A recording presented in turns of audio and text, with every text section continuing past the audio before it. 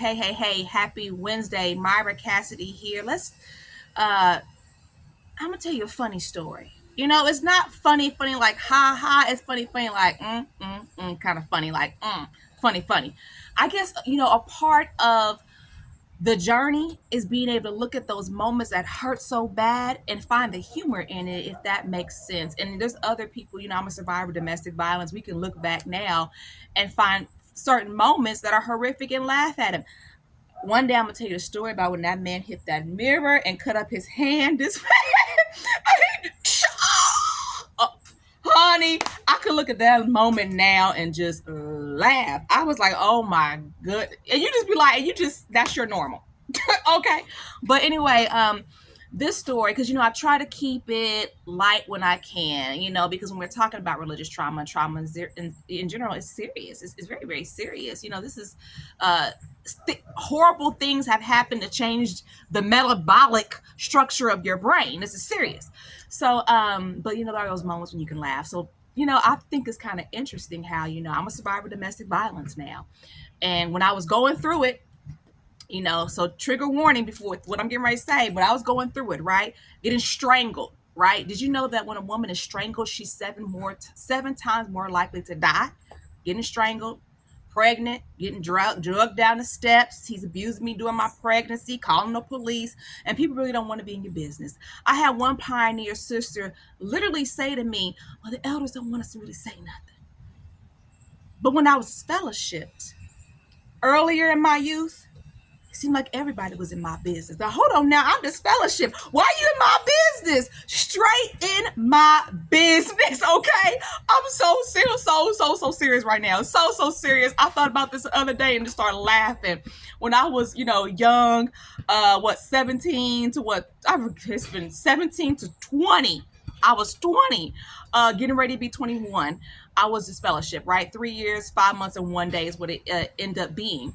But the whole thing about it is there was those moments when people would see me out and they would call my parents. Like, I'm disfellowship. Mind your business. What? Here they go. Here they go calling my parents. I seen your daughter last night. Seen your daughter last night at the movies with some man. It wasn't the one she had the babies with. I know what he looked like. He's light skinned. This one was dark. They just call your parents. Getting my mama all heated and hot. Somebody got my mother so upset with me. She called me one day and said, hey, can I come by? Mind you, I'm disfellowship. Now they call it removed. Can I come by? I'm like, yeah, mama, you can come by. She knocked on the door, opened the door and said, you're a slut. It's not funny. It's not funny. Wait a minute. It's not funny. It's not funny. But right in the moment, right, being what? 19 years old, I start crying, right? But I'm sure that she did that because somebody got her all hot and got her upset, and she just couldn't take it anymore. I'm you disfellowship, or it's called removed now. But disfellowship, I'm gonna go tell you something. Knocked on my door. Wouldn't even know, hey, how you doing? How's my grandbaby doing? Hey, how you doing? Let me talk to you. I opened the door. You're a slut. And then that was it. She left. But see, when you're going through it and going to the elders over and over again, don't nobody really want to help. He never got this fellowship. Remember, y'all know the journey, right? You're going through all of this stuff, 17 elders, telling them about, being forced to leave my home, all that's in my play, and can't get no help. But when you disfellowship, and I was disfellowshipping them early years, it seemed like everybody was in my business, running and telling my parents something. Oh, interesting, isn't it? Very, very interesting. I just want to say thank you so much for everyone who's been watching my content. Thank you for your comments. Thank you for your support.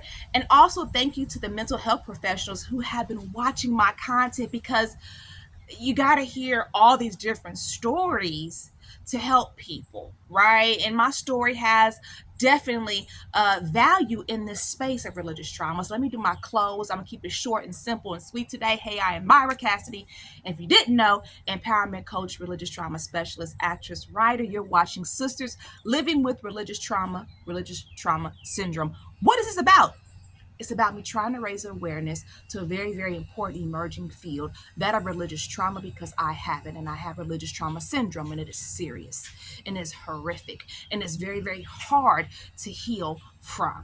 Recovery is very, very difficult. So I'm raising awareness. I'm a coach. I'm not a therapist, but I do offer one-on-one coaching services. Subscribe to my YouTube channel. That helps me out a whole lot. And by the way, I do not represent the Worldwide Association of Jehovah's Witnesses. Yes, I'm an active witness. I get that that's super confusing for people. Long story short, I worship at home. I keep limited contact with the Kingdom Hall, and I classify myself as a PMO. Here's an extra one for you. I've learned this is what works for me. It doesn't work for everybody. We are all different. With religious trauma, it's a very individual thing. What works for me is I hold on to my faith and drop the religion. All the crap gotta go. And that's what works for me. But not everybody believes that you can look at faith and religion differently, So anyway, that's a little bit of a little bit of humor this Wednesday. You do have to learn how to laugh at those moments. That's for sure. And even one thing I like, resource Connie Baker, religious trauma therapist. I like Connie Baker a lot. She made a comment about how you can definitely feel like yelling profanities and obscene things and still loving the religion at the same time.